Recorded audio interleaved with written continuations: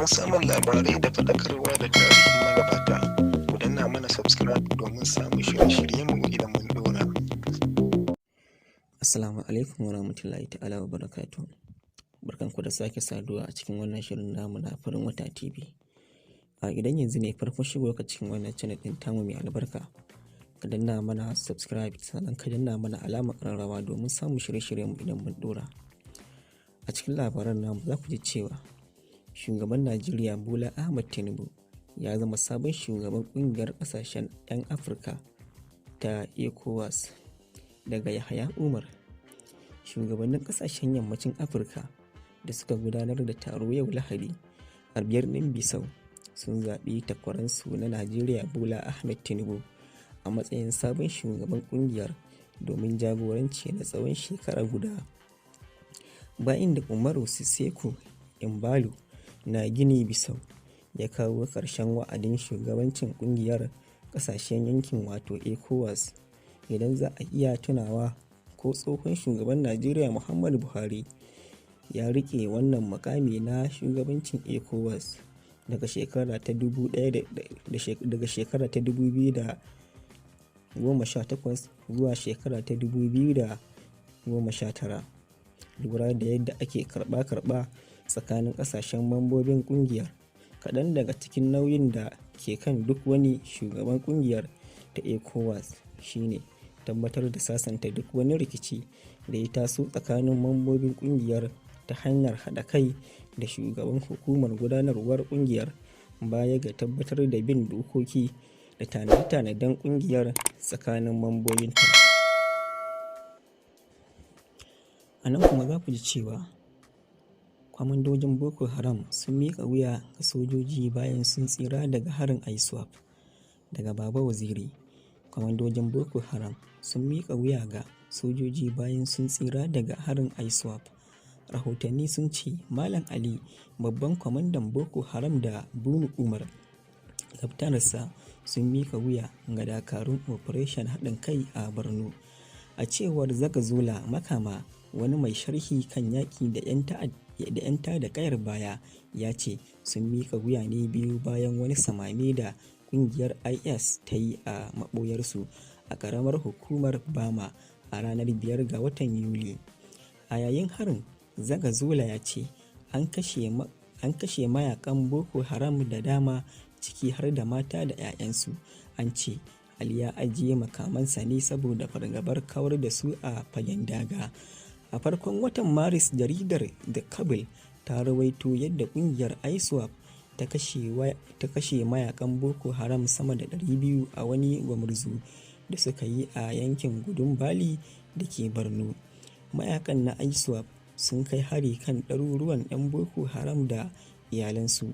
'Yan ta'addan da suka yi kaca-kaca da su domin tsira da rayukansu sun yi gudun hijira zuwa Gwoza, Kwanduga, Mafa, Dikwa, Gajiram da gabar tafkin Chadi. Wata majiyar soji ta shaidawa Zagazola Makama cewa daga baya mayakan na ISWAP sun tare mayakan Boko Haram da suka tsere. Masu fafutukar sai an raba Najeriya wato ƙungiyar IPOB an fara samun rabuwar kai a cikin 'ya'yan ƙungiyar ta IPOB. Daga Isa Kabo, an fara samun rabuwar kai tsakanin 'ya'yan ƙungiyar Haware ta IPOB. Hakan ya biyo bayan zargi ga wasu mambobin IPOB ɗin da janye jiki wajen neman a sako Nnamdi Kanu.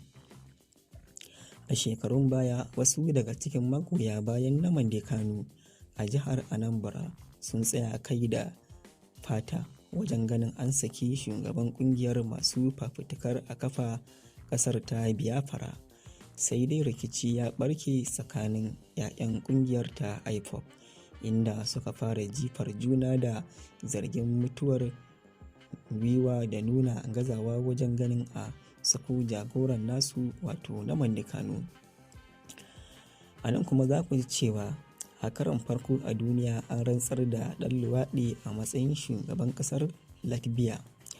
Ƙasar Latvia ta zama ƙasa ta farko a duniya da ta samu shugaban ƙasa da ya bayyana kansa a matsayin ɗan luwaɗi daga tarayyar Turai. har zuwa tsohuwar tarayyar Soviet. Edgar Rinkevich shi ne wanda aka rantsar a matsayin sabon shugaban ƙasar a yau.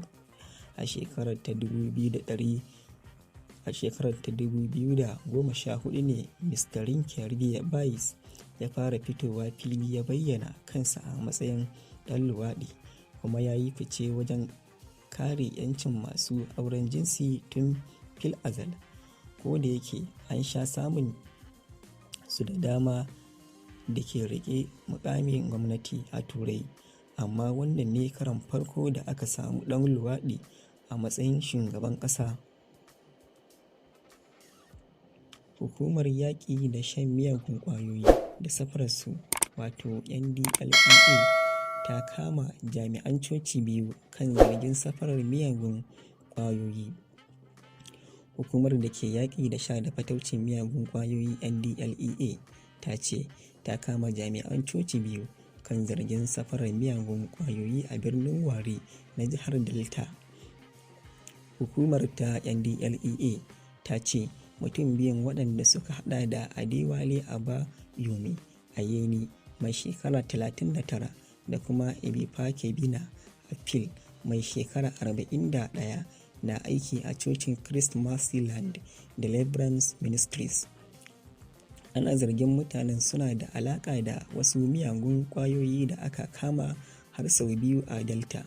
Hukumar ta ce Adewale na daga cikin waɗanda ke kula da cibiyar addu'o'i ta cocin, sa'annan Ebifakebina ke da alhakin tarbo baƙi da suka zo daga ƙasashen waje a filin jirgin sama zuwa cocin.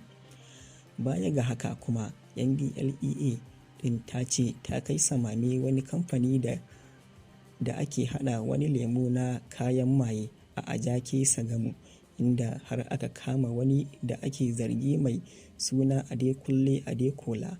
Kayan maye wanda ake kira da Scooches lemo ne wanda ake hadawa da miyagun ƙwayoyi da suka hada da wiwi da barasa.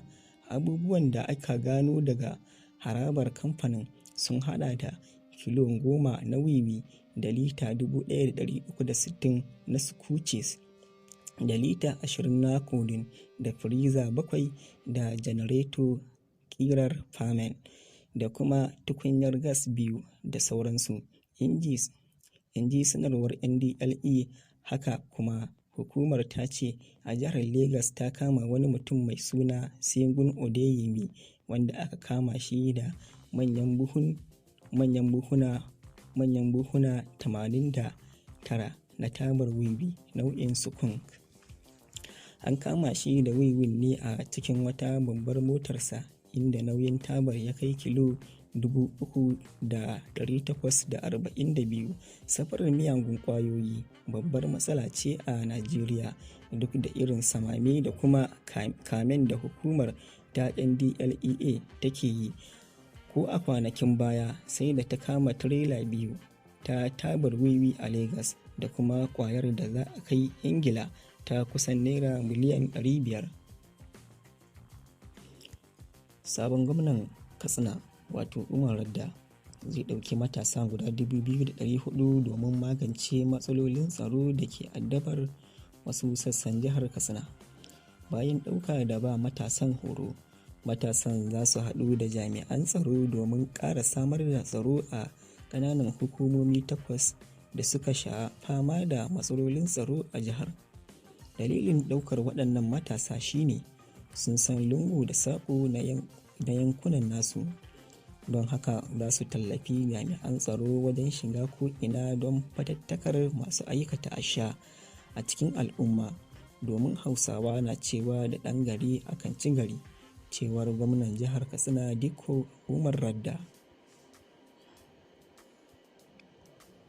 Ta'addanci babban ƙalubale ne ga samar da abinci, in ji Bafarawa. Tsohon gwamnan jihar Sokoto Attahiru Bafarawa ya bayyana cewa sha'anin ta'addanci da ake fuskanta ya zama babban ƙalubale ga samar da abinci a ƙasar nan, wanda zai iya zama babban haɗari ga rayuwar al'umma. Bafarawa ya ƙara da cewa shawo kan ƙalubalen tsaro zai kawo ƙarshen ƙarancin abinci da jama'a ke fuskanta wanda illarsa ta fi gaban ananata. Bafarawa, wanda ya bayyana hakan a tattaunawarsa da manema labarai a Sokoto, ya bayyana cewar ya zama wajibi gwamnati ta ƙara jajircewa wajen inganta sha'anin tsaro ta yadda manoma za su rika zuwa gona ba tare da kowace irin fargabar kai masu hari ba, kamar yadda jaridar Leadership Hausa ta labarta. Yana da muhimmanci shugabannin ƙasar nan su sani matsalar tsaro ba wai ta tsaya kawai a ta'addanci ba. Matsalar ƙarancin abinci ta fi muni kan ta'addanci, kuma yanayin zai iya munana idan gwamnatocin jihohi da gwamnatocin tarayya suka sa idanu akan ƙarancin abinci da ya mamaye al'umma. A nan kuma za ku ji cewa almajiran Sheikh Zakzaki sun gudanar da muzaharar Allah wadai da ƙasar Sweden. A shekaran jiya Juma'a 7 ga Yulin 2023, mabiya harkar musulunci a Najeriya waɗanda aka fi sani da almajiran Sheikh Ibrahim Zakzaki suka gudanar da muzahara tare da gangamin Allah wadai da ƙasar Sweden bisa yadda wani ɗan ƙasar ya ƙona Alƙur'ani bisa yarjewar dokokin hukumar ƙasar. Wakilinmu ya labarto mana cewa masu muzahara sun fito ne daga babban masallacin Juma'a na ƙofar fadar Sarkin Zazzau, suna ɗauke da fastocin Allah wadai da ƙasar Sweden tare da daga Alƙur'ani sama, suna nuna goyon baya ga Alƙur'ani da koyarwarsa. Rahotanni sun ce an rufe ta ne a bakin kasuwar Zaria, kuma a ƙarshe aka ƙona tutar Sweden domin nuna fushi da Allah wadai tare da goyon bayan Alƙur'ani. Allah ya sa mu dace, amin. To, za ku ji labarin wannan yarinya mai suna Ruqayyah Muhammad, wacce ta karaɗe social media tana neman wanda zai aure ta ta bashi naira miliyan 5, amma ba tare da ya mata kishiya ba. Labarin wannan yarinya Ruqayyah Muhammad ya yaɗu sosai a social media bayan ta yi bidiyo tana neman mijin aure wanda za ta ɗauki nauyinsa.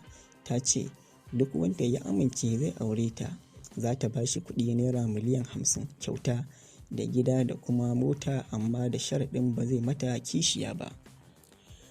Abin da zai baku mamaki, maza sun yi ruwan kwamen suna ta ajiye lambar waya da adireshinsu. Saboda rashin kwarewa daga sashen Hausa na DW, na ga su ma sun yada labarin, amma daga bisani sun janye bayan sun gano gaskiya akan yarinyar. Dan uwan yarinyar ya shaidawa DW Hausa cewa yarinyar ƙarya take yi, domin har yanzu gidan haya take tare da iyayenta. Wato ta shirya wannan ƙarya da yaudara ne domin ta yi suna. Gashi nan dai a gurin neman suna za ta rusa kima da mutuncinta. Maza masu kwaɗayin mata ya kamata ku kasance masu tunani da hangen nesa. Duk wanda take da kuɗin da za ta ba da naira miliyan 50 ba sai ta fito miliya neman miji ba. Inda ƙasar da muke da tsari ne mai kyau, da yanzu wannan yarinya ta shiga hannun hukuma don ya zama darasi ga masu halin ƙarya da yaudara irin nata. Allah ya kiyaye. Domin samun labarai da faɗakarwa da tarihin magabata, ku danna mana subscribe domin samun shirye-shiryenmu idan mun ɗora.